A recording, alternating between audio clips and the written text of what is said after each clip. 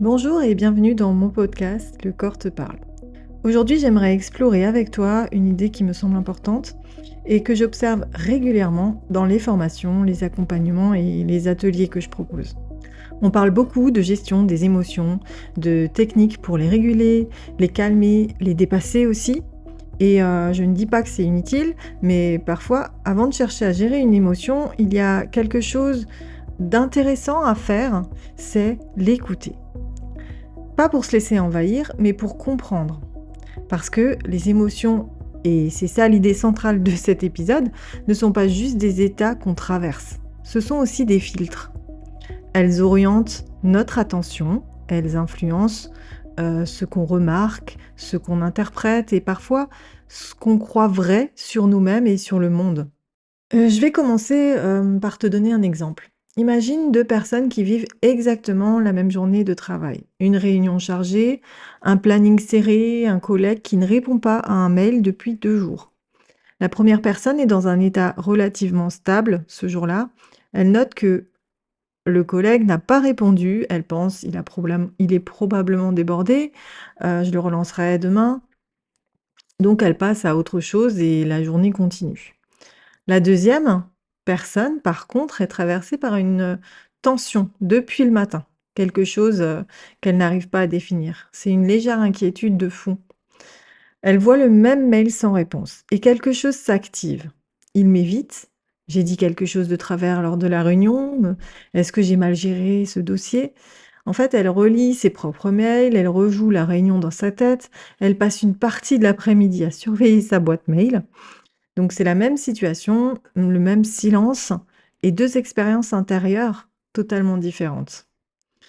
Et ce n'est pas que l'une manque de confiance en elle ou que l'autre est insensible, c'est que leur état émotionnel du moment a orienté leur attention vers des éléments différents de la même réalité. Et ça, c'est quelque chose que les neurosciences commencent à documenter assez clairement. Notre cerveau, lorsqu'il traite une information, ne part pas de zéro. Il part de notre état interne. Il filtre, il sélectionne, il interprète en fonction de ce qui est déjà actif en nous. L'émotion n'est pas un bruit parasite dans ce processus, elle en fait partie intégrante. Alors, si les émotions fonctionnent comme des filtres, qu'est-ce qu'elles filtrent exactement?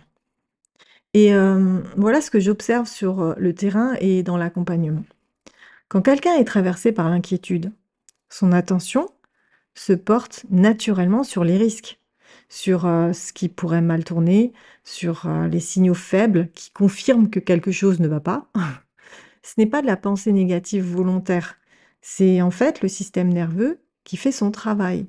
Il scanne l'environnement à la recherche de ce qui pourrait être dangereux. Quand quelqu'un est en colère, son attention va vers les injustices.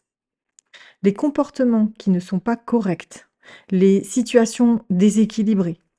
Et parfois, cette attention, elle est juste. Il y a réellement une injustice. Et la colère l'a simplement rendue visible.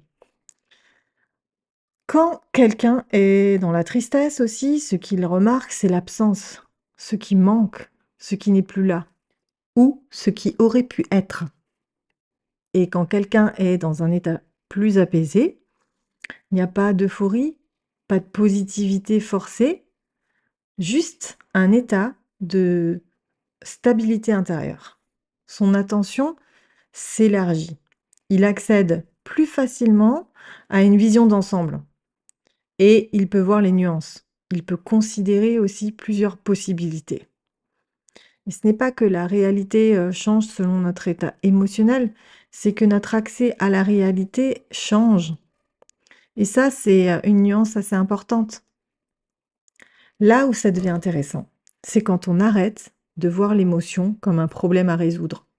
Parce que si je suis constamment dans l'inquiétude et que mon attention va naturellement vers les risques, cette information-là me dit quelque chose sur moi, sur mon système nerveux, sur ce qui est activé en moi en ce moment. Et ce n'est pas forcément que le monde est dangereux, c'est peut-être que quelque chose en moi est en état d'alerte et que cet état d'alerte a probablement une histoire, une origine. Et c'est pareil pour quelqu'un qui remarque constamment les injustices, même celles qui ne le concernent pas directement. Ce n'est pas nécessairement qu'il y a plus d'injustice autour de lui, c'est peut-être que quelque chose dans son vécu lui a appris à surveiller ça. Les émotions, dans ce sens-là, ne sont pas des ennemis, ce sont des indicateurs. Elles nous disent, regarde par ici, ah tiens, il y a quelque chose d'actif en toi, quelque chose qui mérite peut-être ton attention. Juste une attention, pas un jugement, pas une transformation immédiate. Alors, qu'est-ce qu'on fait de tout ça, concrètement? Je ne vais pas te donner une technique en 5 étapes, ce n'est pas l'objet de cet épisode. Mais voilà ce que j'observe qui change simplement quand on commence à regarder ses émotions comme des filtres plutôt que comme des défauts. La première chose qui change, c'est le rapport à soi-même.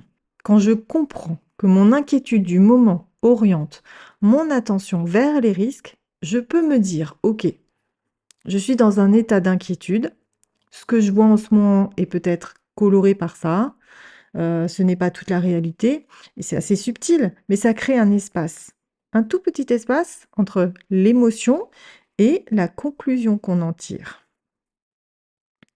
La deuxième chose, c'est qu'on arrête de se juger pour ce qu'on ressent. On comprend que l'émotion n'est pas un signe de faiblesse ou d'irrationalité, c'est une réponse. Une réponse qui a souvent du sens, même si elle n'est pas toujours adaptée au contexte présent. Et la troisième, peut-être la plus importante, c'est qu'on commence à se poser une question différente. Pas comment je fais pour ne plus ressentir ça, mais qu'est-ce que cette émotion est en train de regarder? Et qu'est-ce que ça dit de ce qui est actif en moi en ce moment? Alors je terminerai avec ça. On vit dans une époque qui valorise beaucoup la gestion des émotions, la régulation, la maîtrise. Et il y a quelque chose de vrai là-dedans. Certaines émotions envahissent, certaines émotions débordent, et elles empêchent de fonctionner. Et dans ces moments-là, oui, il peut être utile d'avoir des outils, mais avant la gestion, il y a peut-être l'écoute. Pas une écoute passive qui se laisse emporter, une écoute curieuse qui se demande qu'est-ce que cette émotion regarde? Qu'est-ce qu'elle me dit sur ce qui est actif en moi? Une situation ne nous affecte pas seulement par ce qu'elle est. Elle nous affecte par le filtre à travers lequel on la traverse. Et parfois, comprendre le filtre, c'est déjà quelque chose. Merci d'avoir écouté ce podcast et si cet épisode t'a parlé, partage-le à quelqu'un qui traverse une période chargée émotionnellement. Et si tu veux explorer ça plus en profondeur, les liens sont dans la description. À bientôt!